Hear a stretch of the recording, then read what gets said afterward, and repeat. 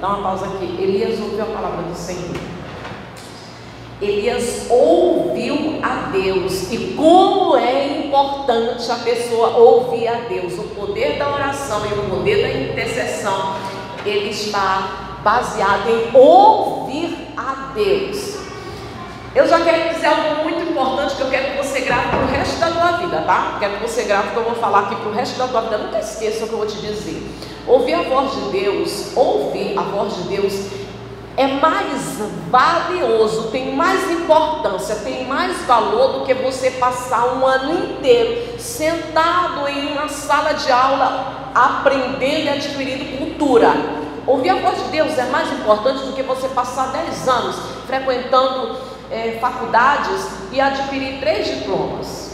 Ouvir a voz de Deus é mais valioso do que qualquer riqueza, do que qualquer cultura que você possa adquirir nessa vida.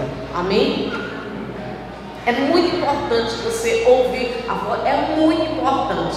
Agora, para ouvir a voz de Deus, não existe um meio mais eficaz do que a oração. A gente entende que esse homem aqui, Elias, ele era um homem de oração, tanto que ele é apresentado para a gente como um homem de oração. Ele era um homem de oração, por isso ele ouvia a voz de Deus. Deixa eu continuar aqui, no versículo 2. Partiu pois Elias a apresentar-se a Acabe, e a fome era extrema em Samaria. Acabe chamou a Obedias, um mordomo. Obedias temia muito ao Senhor, porque quando Jezabel exterminava os profetas do Senhor, Obadias tomou 100 profetas, de 50 em 50, e escondeu numa cova e os sustentou com pão e água. Disse Acabe a Obadias: vai pela terra a todas as fontes de água e todos os vales, pode ser que achemos erva, para que salvemos a vida de cavalos e mulos e não percamos todos os animais, porque os animais estavam morrendo. Versículo 6. Repartiram entre si a terra para percorrerem. Acabe foi a parte por um caminho, Obadias foi sozinho por outro. Estando Obadias já de caminho, eis que Elias se encontrou com ele. Obadias, reconhecendo, prostou-se com o rosto em terra e disse: és tu, meu senhor Elias? Respondeu-lhe ele: sou eu. Vai e diz ao teu senhor: eis que aí está Elias. Porém ele disse: em que pequei, para que entregues teu servo na mão de Acabe e ele me mate? Tão certo como viu o Senhor teu Deus, não houve nação, nem rei, nem aonde meu Senhor não mandasse homens à tua procura, e dizendo: aqui não está, fazia jurar aquele reino, aquela nação que te não havia achado. Ou seja, Acabe estava procurando a vida de Elias para matar, mas só que Elias tinha a palavra de Deus, ele podia ir com segurança. No versículo 11: agora tu dizes: vai, diz ao teu senhor: eis que aí está Elias. Poderá ser que, apartando-me eu de ti, o Espírito do Senhor te leve, não sei para onde, vindo eu a dar as novas a Acabe, não te achando ele, me matará. Eu, contudo, teu servo, temo ao Senhor desde a minha mocidade. Acaso não disseram ao Senhor o que eu fiz quando Jezabel matava os profetas do Senhor, como escondi 100 homens dos profetas do Senhor, de 50 em 50 numa cova, e eu sustentei com pão e água? E agora tu dizes: vai, diz ao teu Senhor: eis aí está Elias, ele me matará. Obadias aqui mostrando o temor, o medo dele, desse homem tão perverso chamado Acabe, que era o rei na época. No 15: disse Elias: tão certo como vive o Senhor dos Exércitos, perante cuja face estou, deveras hoje me apresentarei a ele. Ou seja, você pode falar para ele que a gente vai se encontrar, porque eu vou me entregar, eu vou falar com ele. Me entregar não, eu vou falar com ele, vou estar diante dele. No versículo 16: então foi Obadias encontrar-se com Acabe, e lhe anunciou que foi Acabe ter com Elias. Vendo, disse: és tu o perturbador de Israel? Ou seja, colocando sobre Elias a responsabilidade do sofrimento da nação. No 18, respondeu Elias: eu não tenho perturbado a Israel, tu e a casa de teu pai, porque deixaste os mandamentos do Senhor e seguiste a os Baalins. Agora, pois, manda juntar a mim todo Israel no Monte Carmelo, como também 450 profetas de Baal, e os 400 profetas do porte ídolo que comem na mesa de Jezabel. Deixa eu narrar um pouco aqui. E aí vai haver aquele encontro entre esses 400 profetas. Vai ter pessoas orando. Vai ter pessoas orando. Vai ter pessoas clamando, vai ter pessoas invocando os seus deuses, como nós temos aí hoje para todo lado. Tem muitas pessoas orando, só que orando da forma errada e para a pessoa errada. Mas Elias vai estar lá orando. Inclusive o apóstolo Tiago vai nos lembrar essa atitude de Elias. Ele vai orar a Deus, vai clamar, e a sua oração vai ser atendida e vai cair fogo do céu. Cai fogo do céu. Ele mata todos os profetas de Baal e de Astarote. Jezabel, quando fica sabendo, ela quer matar Elias. A gente pula aqui mais para frente uma outra atitude aqui de Elias. Deixa eu ver aqui a partir de qual.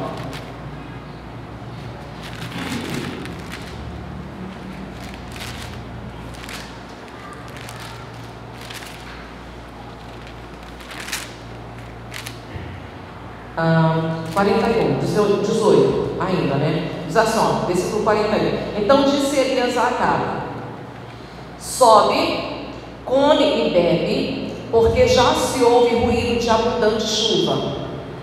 Subiu Acabe a comer e a beber. Elias, porém, subiu ao cimo do Carmelo e, encurvado para a terra, meteu o rosto entre os joelhos e disse ao seu moço: sobe e olha para o lado do mar. Ele subiu, olhou e disse: não há nada. Então lhe disse Elias: volta, e assim por 7 vezes. Rapidinho, deixa eu comentar um negócio com vocês. Antes da gente continuar, eu queria que você tivesse uma ideia, formasse na tua mente essa posição de Elias, a posição em que ele está. Quanto tempo ele ficou ali nessa posição desconfortável, com a cabeça entre os joelhos, orando? Irmãos, ele estava orando por algo que Deus falou para ele. Porque depois de 3 anos, Deus fala para Elias que ele vai fazer chover.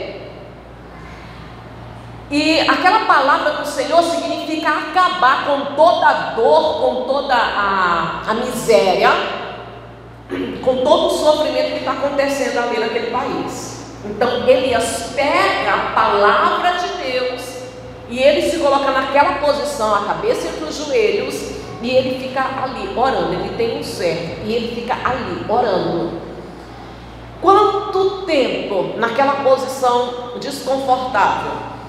Mas ele ficou naquela posição e ele estava ali orando porque ele tinha a palavra de Deus, porque Deus falou com ele. Esse daqui é o ponto-chave da intercessão. O que é a intercessão? Irmãos, não existe uma outra forma de você ouvir Deus falar se não for por meio da oração. Se você não for uma pessoa de oração, você não vai ouvir Deus falar. Se você não for uma pessoa que busca intimidade com Deus, a oração, a intercessão. Oração e intercessão. Intercessão, oração é quando você busca intimidade. Intercessão é quando você coloca outras pessoas na tua oração. E a gente faz isso, né? Eu perguntei para você se você conhece alguém na tua casa que irrita o Senhor. E se essa pessoa irrita o Senhor, o que você faz? Você ora a Deus por essa pessoa. Quantas vezes você não ora por essa pessoa? As vantagens de orar, deixa eu falar aqui rapidinho. Quando você faz essa oração, você ganha intimidade e adquire transformação, tá? Transformação você pode pensar em o que você quiser, tanto para a tua vida como para a vida de outras pessoas. Guarda isso contigo, tá? Quando você é uma pessoa de oração, quando você ora, se dedica à oração, você adquire intimidade com Deus e transformação. Transformação para si ou transformação para outras pessoas. Quer pagar o preço? Você quer pagar o preço? Porque se você quiser transformação para a tua vida, se você não estiver satisfeito com a tua vida, se você estiver se sentindo uma pessoa vazia, infeliz, tá? Porque felicidade, eu meditava isso hoje, felicidade não é você obter coisas, felicidade não é você adquirir um emprego, você ter muito dinheiro, felicidade não é isso. Tem muita gente que tem muito dinheiro, está se jogando debaixo de cima, está se jogando no seu prédio de cobertura, se suicidando. Não é obter bens materiais, mas você se sente uma pessoa infeliz, de má sorte. Se você quer ser uma pessoa feliz, ter alegria, ter plenitude de vida, não significa você obter bens, porque Paulo ele tinha plenitude de vida, alegria, leveza, e ele não teve bens materiais, ele não teve absolutamente nada. Sabe o que ele tinha? Ele tinha gratidão a Deus por aquilo que Deus concedia a ele, e ele dizia: eu já aprendi, eu sei estar bem, tanto na escassez como na abundância. Ele aprendeu a viver e era grato a Deus. Então, se você é uma pessoa que está infeliz com a tua vida, que está triste, insatisfeito com a tua vida, a oração é o preço que você paga para você adquirir intimidade com Deus e transformação. Outra coisa que você adquirir através da oração aumenta o entendimento. Sabe por que Elias foi orar? Pedindo para Deus, para chover. Ele entendeu. Quanto mais você ora, entende? Quanto mais você ora, mais você entende Deus, mais você compreende a vontade de Deus, mais você se torna aliado a Deus, você se associa a Deus, você começa a ver da mesma forma que Deus vê, você começa a entender o que Deus quer e você começa a orar em cima da vontade de Deus. Como é que você vai orar pela tua família? Como é que você vai orar por alguém? Quando você sabe o que Deus ele quer fazer na vida daquela pessoa. Se você tem alguém na tua família que irrita a Deus, que está provocando a ira de Deus, que está atraindo maldição para dentro da casa, como é que você vai orar? Vai orar sem entendimento? Ah, meu Deus. Não, você precisa viver uma vida de oração para que você venha ter a mesma visão de Deus, o mesmo pensamento. Você vai, quanto mais você ora, mais você vai estar associado a Deus, compreendendo, desejando o mesmo que Deus deseja, vendo da mesma forma que Ele vê, vendo como injustiça a mesma coisa que Ele vê como injustiça, e se irritando com a mesma coisa que Deus se irrita. Oração faz isso, tá? Orar com entendimento, ou seja, aumenta o entendimento. Outra coisa que a oração faz, quer pagar o preço? A oração libera poder. A oração libera poder. Você ora e o poder acontece.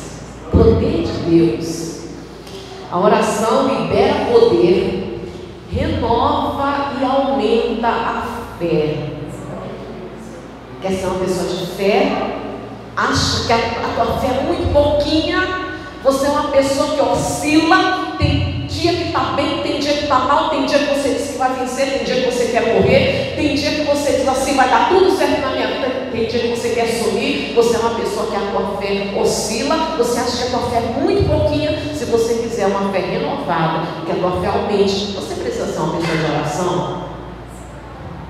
E a outra coisa que a oração faz é multiplicar bênçãos.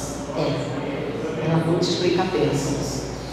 Então ele está ali naquela posição. Por que que ele se coloca naquela posição desconfortável por horas? Porque ele tem conhecimento da vontade de Deus, porque ele sabe, ele sabe o que Deus quer fazer. É muito interessante que Deus falou que ia mandar chuva. São 3 anos de seca. Aí de repente Deus disse: certeza, fazer cair chuva. Ué, Deus vai mandar fazer, então pronto, não precisa orar. Não. Elias, isso é intercessão. Elias, ele se une a Deus para que o propósito de Deus, o plano de Deus se realize. Isso é intercessão. Ele sabe, ele conhece a vontade de Deus, ele sabe qual é a vontade de Deus, então ele se associa a Deus em oração. oração para que a vontade de Deus se cumpra.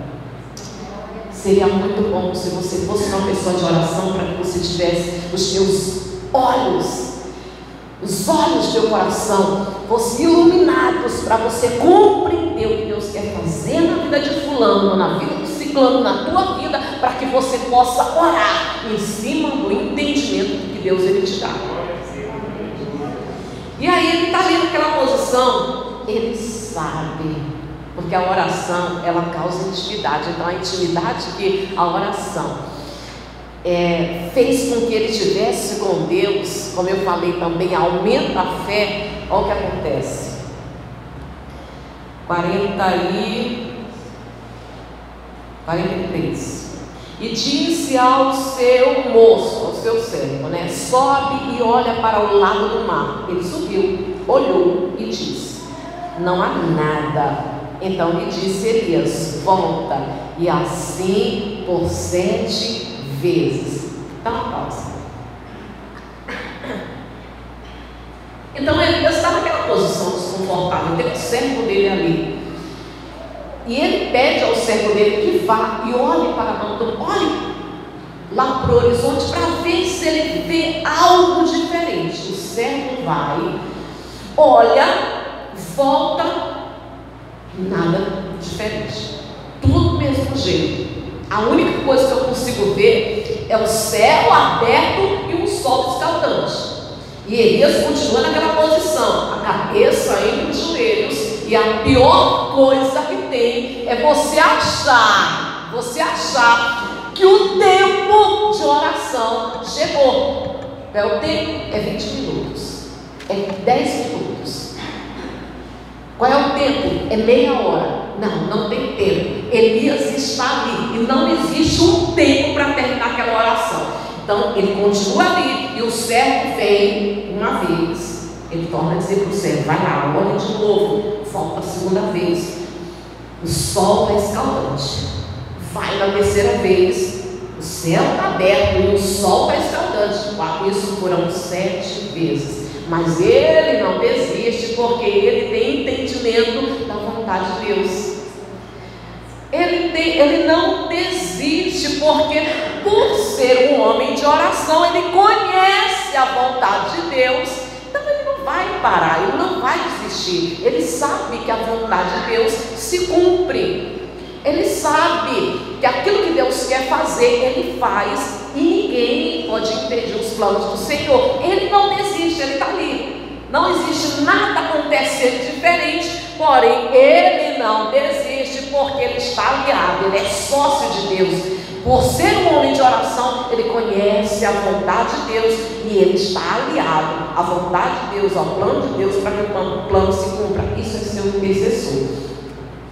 No versículo 44, a 7ª vez disse: eis que se levanta do mar uma nuvem pequena como a palma da mão de um homem. Então disse ele: sobe, disse Acabe, aparelha teu carro e desce, para que a chuva não te detenha. Dentro em pouco os céus se enegreceram com nuvens, o vento caiu, grande chuva. Acabe subiu ao carro e foi para Jezreel. A mão do Senhor veio sobre Elias, o qual cingiu os lombos, correu diante de Acabe até a entrada de Jezreel. Ou seja, ele orou e aconteceu. O apóstolo Tiago, ele vai dizer para a gente, vamos dar uma olhada comigo lá, Tiago capítulo,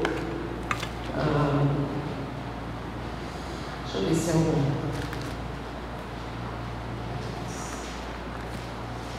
vamos lá, rapidinho, tá, gente? Final da Bíblia, tá?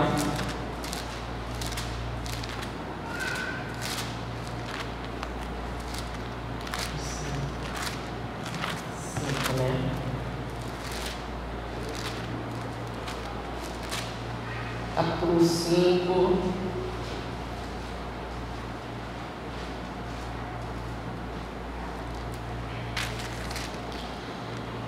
versículo qual está entre vós alguém saber, se depois uma paciente.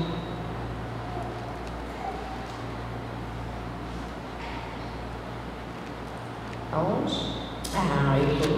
Tá certo.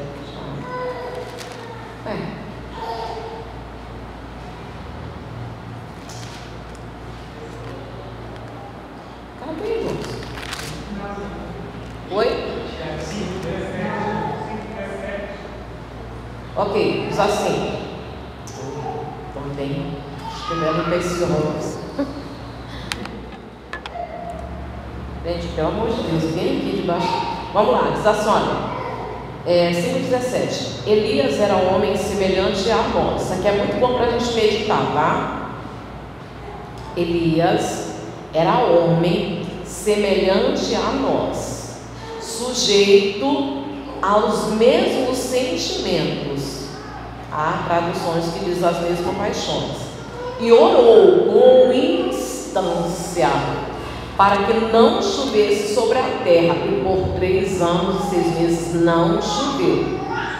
E orou de novo, e o céu deu chuva, e a terra fez germinar seus frutos. Então, a paz. O apóstolo Tiago faz questão de dizer que ele era igual, ele era exatamente um como nós, não era diferente, para que a gente possa, ninguém possa ter a desculpa de dizer, foi Elias. Ele deixa bem claro isso. Mas isso aconteceu com Elias. Por que não acontece na nossa vida? Por que não acontece na tua vida? Por que não acontece milagre na tua casa? Por que não acontece milagre no teu casamento? Por que não acontece milagre na tua vida? Por que muitas das vezes você almeja milagres e eles não acontecem? E aí você fica pensando que foi no passado? Não é. Você precisa entender que a oração, ela é a chave. Quando a gente acorda, ela é a chave que abre, e ela é o cadeado quando fecha à noite. De manhã ela é a chave, à noite ela é o cadeado. A chave que abre e o cadeado que fecha.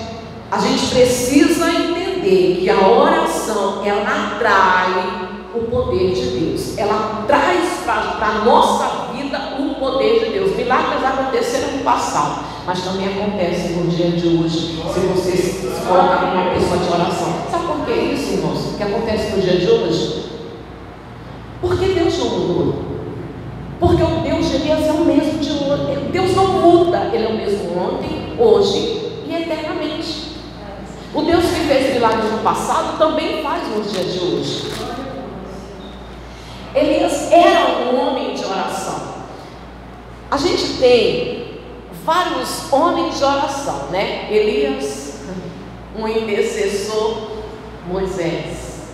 Um intercessor, Moisés. Deus falou que quando fizeram construir o bezerro de ouro, Deus falou que ia matar aquele povo. Moisés se colocou diante de Deus, de um Deus irado, e intercedeu por aquele povo. E rapidinho lá comigo, Êxodo capítulo 32. Volta, Êxodo 32.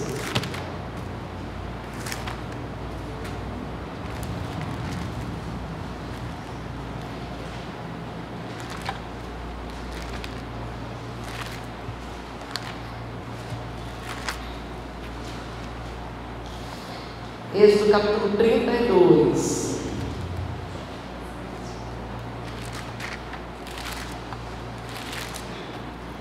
Versículo 11. Vamos lá.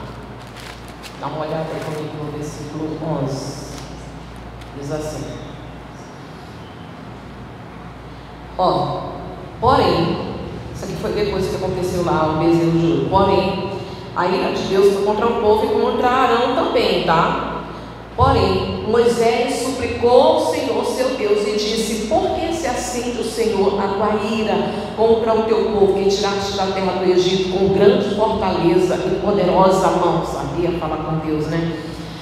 Porque hão de dizer os egípcios com maus